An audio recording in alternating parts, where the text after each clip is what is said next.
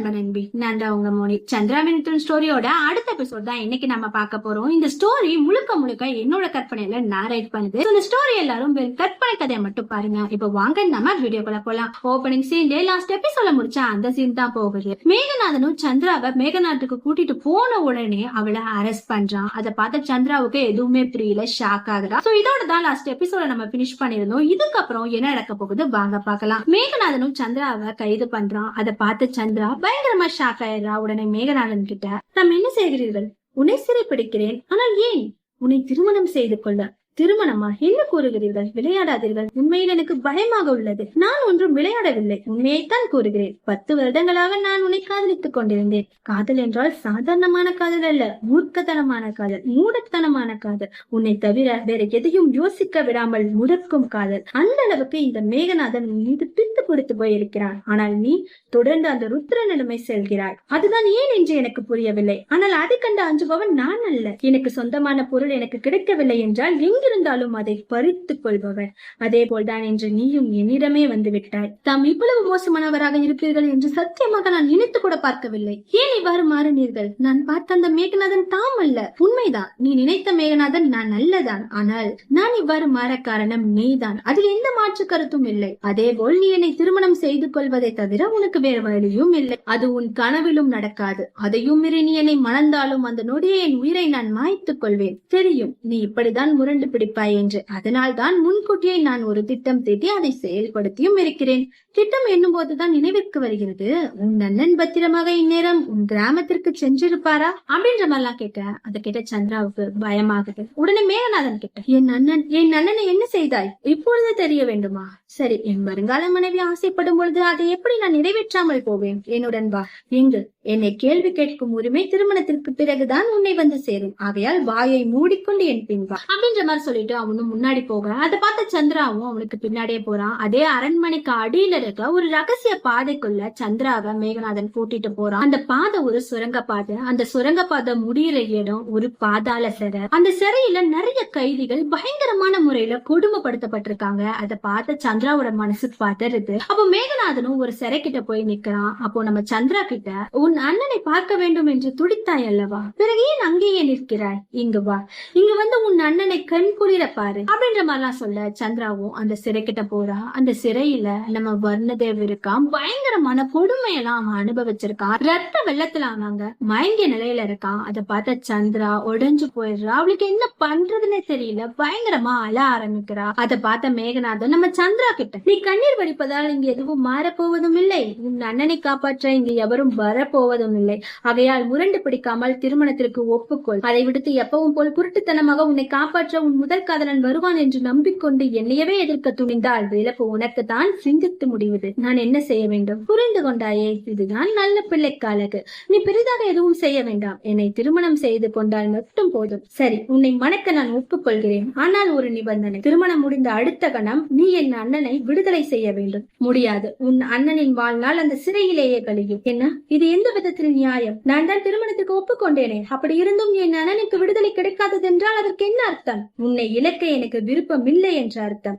புரியவில்லை. என்ன கூற வருகிறாய்? தெளிவாக கூறுகிறேன். நீ என்னை திருமணம் செய்து கொள்வாய், அதில் துளி அளவும் எனக்கு ஐயம் இல்லை. ஆனால் உன் அண்ணனின் விடுதலைக்கு பிறகு என்னுடன் வாழ பிடிக்காத நீ என்னை பிரிய உன் உயிரையும் துறக்க துணிவு கொள்வாய். அதை நான் நன்கு அறிவேன். என் வாழ்நாள் முழுக்க நான் உன்னுடன் தான் வாழுவேன். உன் காதல் கிடைத்தாலும் சரி, கிடைக்கவில்லை என்றாலும் சரி. அதனால் உன் அண்ணன் என்றும் சிறையில் தான் இருப்பார். ஆனால் நீ எதற்கும் கவலை கொள்ளாதே. இவருக்கு இங்கு ராஜ மரியாதை கிடைக்கும். நீ மட்டும் என்னை திருமணம் செய்து கொண்டால் வெளி உலகத்தில் கிடைக்காத சகல சந்தோஷங்களும் அவருக்கு இங்கு கிடைக்கும். அதுவே நீ என்னை திருமணம் செய்து கொள்ள மறுத்தால் நாயை விட மிக மோசமாக நடத்தப்படுவான் உன் அண்ணன். முடிவு உன் கையில். ராஜ வாழ்க்கையா இல்லை நாய் வாழ்க்கையா? நீயே தேர்ந்தெடு அப்படின்ற மாதிரிதான் சந்திராவை மிரட்டி மேகநாதன் அந்த மேரேஜுக்கு சம்மதத்தையும் வாங்கியிருப்பான். சோ அங்க நடந்த எல்லாத்தையுமே சந்திராவும் ருத்ரன் கிட்ட சொல்ல, அது கேட்ட ருத்ரனும் சந்திரா கிட்ட, எதற்கும் அஞ்சாதே சந்திரா, என் மீது நம்பிக்கை வை. உன் அண்ணனையும் மற்றவர்களையும் காப்பாற்றி உன்னை மீட்க மீண்டும் நான் இங்கு வருவேன். எனக்காக காத்து கொண்டிரு. உன் ருத்ரன் உனக்காக மீண்டும் வருவான். வலிமேல் விரிவைத்து காத்திருப்பேன் தங்களின் வருகைக்காக. கவலை வேண்டாம், உன் நம்பிக்கையை நான் வீணடிக்க மாட்டேன். இந்த நிலா மறைந்து மீண்டும் உதயமாகும் வேலை நான் உன்னை மீட்டிருப்பேன். இப்பொழுது விடைகொடு, விரைவில் உன்னை வந்து சேர்வேன் அப்படின்ற மாதிரிலாம் சொல்லிட்டு ருத்ரனும் அங்க இருந்து கிளம்பி போயிடுறான். அவனை பார்த்த படைத்தளபதி பார்த்திபனும் நம்ம ருத்ரன் கிட்ட, என்ன நேர்ந்தது இளவரசி? அவர்கள் இருக்கும் இடம் தெரிய வந்ததா? ஆம். பிறகு ஏன் தாமதிக்க வேண்டும்? வாருங்கள், இப்பொழுதே சென்று அவர்களை மீட்போம். அதில் ஒரு சிக்கல் இருக்கிறது. சிக்கலா? என்ன சிக்கல்? மேகநாதன் மிக தந்திரமாகத்தான் திட்டம் தீட்டி இருக்கிறார். பிருந்தாவனத்தை சேர்ந்தவர்களை நாம் கண்டறிய கூடாது என்பதற்காக அவர்களை அரண்மனையில் இருக்கும் ரகசிய பாதாள சிறையில் அடைத்து வைத்திருக்கிறார். அரண்மனைக்குள்ளா? இப்பொழுது என்ன செய்வது? எவ்வாறு அரண்மனைக்குள் நுழைவது? அதற்கு ஒரு வழி இருக்கிறது. வழியா? என்ன அது? என் சிறுவயதில் தற்காப்பு கலைகளை பயில்வதற்காக அண்டை நாட்டிற்கு சென்றேன். அங்கு மேகநாதனும் வந்திருந்தான். இருவரும் ஒன்றாகத்தான் கல்வி பயில்ந்தோம். பள்ளி படிப்பு முடிவுக்கு வந்தது. அனைவரும் அவர்களின் சொந்த நாட்டிற்கு செல்ல தயாரானோம். அந்நேரம் மேகநாதனின் தந்தை என்னை தனியாக சந்தித்து என்னிடம் அவரின் அரண்மனையில் இருக்கும் ரகசிய பாதாள சிறையை பற்றியும் அங்கு செல்வதற்கான ரகசிய பாதையை பற்றியும் என்னிடம் கூறினார். அப்படியென்றால் அந்த சிறைக்கு செல்ல? ஆம், அங்கு செல்ல வேறொரு பாதை இருக்கிறது. ஆனால் இதை ஏன் அவர் உங்களிடம் கூற வேண்டும்? அதே சந்தேகம்தான் எனக்கும். ஆதலால் அவரிடம் கேட்டேன், ஏன் என்னிடம் இதை கூறுகிறீர்கள் என்று. அதற்கு அவர் கூறினார், வருங்காலத்தில் ஆபத்து ஏதும் நேர்ந்தால் இந்த பாதையை பயன்படுத்தி அவரை வந்து சந்திக்க வேண்டும் என்று. மேகநாதனின் குணத்தை பற்றி அன்றே அவர் கணித்திருக்கிறார். ஆதலால் தான் இவ்வளவு பெரிய ரகசியத்தை என்னிடம் அவர் கூறியிருக்கிறார். அடுத்து நாம் என்ன செய்ய போகிறோம்? படைகளை திரட்டு அப்படின்ற மாதிரிலாம் சொல்ல படைத்தளபதி பார்த்திபனும் அவனோட படைய கூப்பிட, அதை பார்த்த ருத்ரனும் ஒரு கல்லுக்கு மேல ஏறி அங்க இருந்த படைகள் கிட்ட, கவனமாக கேளுங்கள், நாம் முதலில் பாதாள சிறைக்குள் செல்ல வேண்டும். சிறு சத்தம் கூட வராமல் அனைத்து காவலாளிகளையும் தாக்க வேண்டும். நினைவில் இருக்கட்டும், எந்த ஒரு காவலாளியின் உயிருக்கும் எதுவும் ஆகக்கூடாது. நம் நோக்கம் பிருந்தாவன மக்களை மீட்பதே, மறவாதீர்கள் அப்படின்ற மாதிரிலாம் உணர்ச்சி பூர்வமா சொல்லிட்டு அங்க இருந்து எல்லாரும் கிளம்ப ஆரம்பிக்கிறாங்க. நம்ம ருத்ரனோட திட்டப்படி ஒவ்வொன்னா நடக்க ஆரம்பிச்சது. அந்த ரகசிய பாதையும் கண்டுபிடிக்கிறாங்க. யாருக்கும் தெரியாம பாதாள சிறைக்குள்ளேயும் போயிடுறாங்க. அந்த சிறைக்குள்ள நிறைய மக்கள் பயங்கரமான முறையில கொடுமைகளை அனுபவிச்சிருக்கிறத நம்ம ருத்ரன் பாக்குறான். அங்க இருந்த எல்லா மக்களையும் மீட்கணும்னு ருத்ரன் முடிவு பண்றான். ஆனா அதுக்கு முன்னாடி வர்ணதேவ காப்பாத்தி ஆகணும் அப்படின்ற மாதிரி வர்ணதேவ் கிட்ட போறான். ருத்ரனை பார்த்த வர்ணதேவ், இளவரசன் ருத்ரன், தாம் இங்கே வாரு, கூறுகிறேன். அதற்கு முன் நாம் வெளியே செல்ல வேண்டும். இங்க இருக்கும் மற்ற கைதிகள் இப்போதைக்கு இவர்கள் இங்கேயே இருக்கட்டும். முதலில் சந்திராவை மீட்போம். அதன் பிறகு நானே தனிப்பட்ட முறையில் இங்கு வந்து இவர்களை மீட்டு செல்கிறேன் அப்படின்ற மாதிரி வர்ணதேவியும் பிருந்தாவன மக்களையும் காப்பாத்தி அங்கிருந்து சேஃபா வெளியே அனுப்பிடுறான். அதுக்கப்புறம் படைத்தளபதி பார்த்திபன் கிட்ட நம்மளோட அடுத்த திட்டத்தை செயல்படுத்து அப்படின்ற மாதிரி சொல்ல, அவனுமே மேகநாட்டோட எல்லையில ஆள் நடமாட்டமே இல்லாத ஒரு இடத்துல பயங்கரமான ஒரு தீ விபத்தை ஏற்படுத்துறான். இந்த விஷயம் மேகநாதனுக்கு தெரிய வருது. சம்பவ இடத்துக்கு போயிடுறான். நம்ம மேகநாதன் அங்க இருந்து கிளம்புன அடுத்த நிமிஷம் ருத்ரனும் அரண்மனைக்குள்ள போறான். அங்க இருந்த காவலாளிகளை அடிச்சு போட்டுட்டு நம்ம சந்திராவை மீட்டு அங்க இருந்து கூட்டிட்டு போயிடுறான். மேகநாதனும் அங்க எப்படி தீ விபத்து ஏற்பட்டிருக்கோம் அப்படின்ற மாதிரி எல்லாம் யோசிச்சு பார்த்துட்டு இருக்க மேகநாதனோட அமைச்சர் அங்க வரான். அப்போ மேகநாதன் கிட்ட ஆள் நடமாட்டமே இல்லாத இந்த மாதிரி ஒரு இடத்துல இப்படி தீ விபத்து ஏற்பட்டுச்சு அப்படின்ற மாதிரி எல்லாம் கேள்வி எழுப்ப, அதுகிட்ட மேகநாதனுக்கு நடந்த எல்லாமே ஒன்னா ரியலைஸ் ஆக ஆரம்பிக்குது. உடனே அரண்மனைக்கு போறான். அரண்மனையில இருந்த காவலாளிகளை அடிச்சு போட்டு சந்திராவை ருத்ரன் தூக்கிட்டு போன விஷயம் நம்ம மேகநாதனுக்கு தெரிய வருது. சந்திராவை காப்பாத்த தவறின எல்லா காவலாளிகளையும் அதே இடத்துல கொஞ்சம் கூட ஈவு இறக்கமே இல்லாம கொண்டு போட்டுறான். அப்படியே கட் பண்ண ருத்ரனும் சந்திராவை கூட்டிட்டு கதிநாட்டோட எல்லைக்கு போறான். அந்த இடத்துலதான் பிருந்தாவன மக்களும் நம்ம வர்ணதேவும் இருப்பாங்க. வர்ணதேவை பார்த்த சந்திராவும் சந்திராவை பார்த்த வர்ணதேவும் ஒரு மாதிரி எமோஷனல் ஆகுறாங்க. ரெண்டு பேரும் கண் கலங்க ஆரம்பிக்கிறாங்க. அப்ப வர்ணதேவும் சந்திரா கிட்ட, தயவு செய்து என்னை மன்னித்து விடு சந்திரா, உன் அண்ணனாக இருக்கும் தகுதியை நான் இழந்தேன். நான் உயிருடன் இருந்த பொழுதும் உனக்கு வந்த ஆபத்திலிருந்து என்னால் உன்னை காப்பாற்ற முடியவில்லை. உயிருடன் இருக்கும் தகுதியை இழந்தேன் நான். இதில் உங்களின் தவறு எதுவும் இல்லை அண்ணா.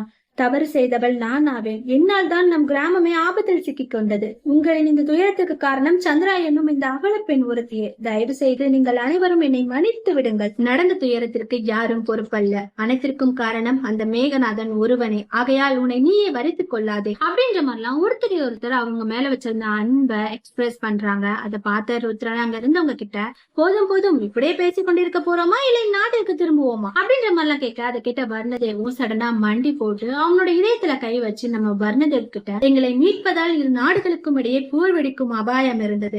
அதை பற்றி தாம் கொஞ்சம் கூட சிந்திக்காமல் என் கிராமத்தை காப்பாற்றி இருக்கிறீர்கள். தாம் செய்த உதவிக்கு கைமாறாக என் உயிரை கொடுத்தாலும் ஈடாகாது. ஆகையால் வர்ணதேவ் என்ற இந்த சாமானிய மருத்துவன் இந்த நொடி முதல் கதிநாட்டின் இளவரசன் ருத்ரனின் அடிமையாவார் அப்படின்ற மாதிரிலாம் மண்டி போட்டு சொல்ல, அது கேட்டு அங்க இருந்த எல்லா மக்களும் உடனே மண்டி போட்டு நம்ம ருத்ரனுக்கு நாங்களும் அடிமைதான் அப்படின்ற மாதிரிலாம் அவங்களோட நன்றியை காட்ட ஆரம்பிக்கிறாங்க. அதை பார்த்த ருத்ரன் நெகிழ்ந்து போயிடலாம். உடனே எல்லாரையும் எழுப்பி அவங்க கிட்ட தங்களின் அன்பு என்னை மெய்மறக்க செய்தது, ஆனால் ஒன்றை மட்டும் என்று மறவாதீர்கள், இம்மண்ணில் பிறக்கும் அனைத்து உயிர்களும் சமமே, யாரும் யாருக்கும் அடிமை இல்லை. தங்களுக்கு உதவி புரிவது என் வேலை அல்ல, அது என் கடமை, நாட்டின் இளவரசனான ருத்ரனின் கடமை. இதற்கு கைமாறி எதுவும் தேவையில்லை, புரிகிறதா அப்படின்ற மாதிரிலாம் சொல்லிட்டு அங்கிருந்து எல்லாருமே கதிர்நாட்டுக்கு அவன் கூட்டிட்டு போயிடுறான். அப்படியே கட் பண்ண இந்த பக்கம் மேகநாட்டை காட்டுறோம். அரண்மனையில சந்திரா தப்பிச்சு போனதுல இருந்து நம்ம மேகநாதன் பயங்கர கோபத்துல இருந்தான். அப்போ மேகநாதனோட அமைச்சர் நம்ம மேகநாதன் கிட்ட ருத்ரன் வந்து கூப்பிட்டதும் சந்திரா போயிட்டாங்களா, அவங்க அண்ணனை பத்தி அவங்க கொஞ்சம் கூட யோசிக்கவே இல்லையா அப்படின்ற மாதிரிலாம் கேட்க, அதை கேட்ட மேகநாதனுக்கு அப்போதான் இன்னொரு விஷயம் புரிய ஆரம்பிக்குது. உடனே பாதாள சிறைக்கு போறான். அங்க போனா அவனுக்கு இன்னும் பயங்கரமான ஷார்ப்னஸ் தான் காத்துட்டு இருந்துச்சு. ஏன்னா அங்க இருந்த காவலாளிகளை அடிச்சு போட்டு வர்ணதேவியும் அந்த ஊர் மக்களையும் காப்பாத்தி ருத்ரன் அங்க இருந்து கூட்டிட்டு போன விஷயம் நம்ம மேகநாதனுக்கு தெரிய வருது. ஷாக் ஆயிடுறான். உடனே மேகநாதனோட அமைச்சரும் இதுக்கு வாய்ப்பே இல்லை, என்னோட முழு கவனமே இந்த பாதாள சிறை மேலதான் இருந்துச்சு, அப்படி இருந்தும் எப்படி ருத்ரன் மட்டும் இதுக்குள்ள வர முடியும் அப்படின்ற மாதிரிலாம் சொல்ல, அதை கேட்ட மேகநாதர் அப்படின்னா இந்த சிறைக்குள்ள வர வேற ஏதோ ஒரு ரகசிய பாதை இருக்கு அப்படின்ற மாதிரிலாம் யோசிச்சாங்க. நம்ம ருத்ரன் வந்த திசை நோக்கி அப்படி போக ஆரம்பிக்கிறான். அந்த பாதாள சிறைக்குள்ள வரதுக்கான இன்னொரு வழி இருக்கு அப்படிங்கறத கண்டுபிடிக்கிறான். அதை பார்த்தாங்க பயங்கரமா ஷாக் ஆயிரும். சோ அப்படியே கட் பண்ண இந்த பக்கம் கதிர்நாட்டை காட்டுறாங்க. சந்திராவை பார்த்த மகாராஜா நடந்ததை கேள்வியுற்றேன் மகளே, மனதிற்கு வேதனை அளித்தது. தொடர்ந்து உன் கிராமத்திற்கு மட்டும் ஆபத்துகள் வந்து கொண்டே இருக்கின்றன. யோசித்து பார்த்தால் அதற்கு ஒரு வகையில் நானும் தான் காரணம். நாட்டின் மகாராஜாவாக நான் என் கடமையை சரிவர செய்திருந்தால் அசம்பாவிதங்களை தவிர்த்திருக்கலாம். அதை செய்யாமல் போனதற்கு முதலில் நான் உங்களிடம் மன்னிப்பு கேட்கிறேன். அனைவரும் என்னை மன்னித்தருளுங்கள். தங்களை என்னால் புரிந்து கொள்ளவே முடியவில்லை மகாராஜா. ஆனால் ஒன்று, தங்களின் நற்குணங்கள் ஏதோ ஒரு காரணத்திற்காக மறைக்கப்படுகிறதோ என்று தோன்றுகிறது. அதனால் தான் தாம் தொடர்ந்து என் பார்வைக்கு தீயவர் போல் தோன்றினீர்கள். நடந்ததை மறப்பதே நன்று. நேற்று என்ன நடந்ததோ அது நேற்றோடு முடியட்டுமே, ஏன் அதை இன்றும் நினைக்க வேண்டும்? தாம் சொல்வதும் சரியே, மறப்பதுதான் நன்று. நல்லது, சரி கூறு, திருமணத்தை என்று வைத்துக் கொள்ளலாம். திருமணமா? யாருடைய திருமணம்? அதை ஏன் என்னிடம் கேட்கிறீர்கள் அப்படின்ற மாதிரி ருத்ரன் கிட்ட, என்ன மகனே, நீ எதையும் இவரிடம் கூறவில்லையா அப்படின்ற மாதிரிலாம் கேட்க, அதை கேட்ட ருத்ரனுக்கு என்ன சொல்றதுன்னே தெரியல, பயந்து போய் நிக்கிறான். அதை பார்த்த கர்ணதேவ் மகாராணி கிட்ட, அவர் எதையும் என்னிடம் கூறவில்லையே, பரவாயில்லை, நானே கூறுகிறேன். ருத்ரனும் சந்திராவும் ஒருவரை ஒருவர் காதலிக்கிறார்கள். இந்த உண்மை நேற்றுதான் மகாராஜாவிற்கு தெரிய வந்தது. மகனின் ஆசையே அனைத்துக்கும் மேல் என்று நினைப்பவர் எவ்வாறு சந்திராவை மட்டும் வேண்டாம் என்று கூறுவார்? ஆகையால் இவர்களின் திருமணத்திற்கு சம்மதம் கூறிவிட்டார் அப்படின்ற மாதிரிலாம் சொல்ல, அதை கேட்ட வர்ணதேவ் பயங்கரமா ஷாக் ஆயிரான். வர்ணதேவோட அதிர்ச்சி பார்த்த ருத்ரன் பதறி போயிடுறான். உடனே வர்ணதேவ் கிட்ட, நான் சந்திராவை காதலித்தது உண்மைதான், அவளுக்காக தான் மேகநாட்டிற்கும் நான் வந்தேன். ஆனால் தங்களை காப்பாற்றியதற்கு காரணம் என் காதல் அல்ல, என் கடமை. ஆகையால் இரண்டையும் சேர்த்து தயவு பண்ணி குழப்பிக் கொள்ளாதீர்கள். எந்த நாட்டு இளவரசரும் சாமானிய மக்களுக்கு முன் பணிவாக பயம் கொள்ள மாட்டார். ஆனால் தாமும் வித்தியாசமாக இருக்கிறீர்கள். இப்படிப்பட்ட நற்குணம் வாய்ந்த உண்மை தவிர வேறு எந்த ஆண்மகனும் என் தங்கைக்கு கிடைக்க மாட்டார்.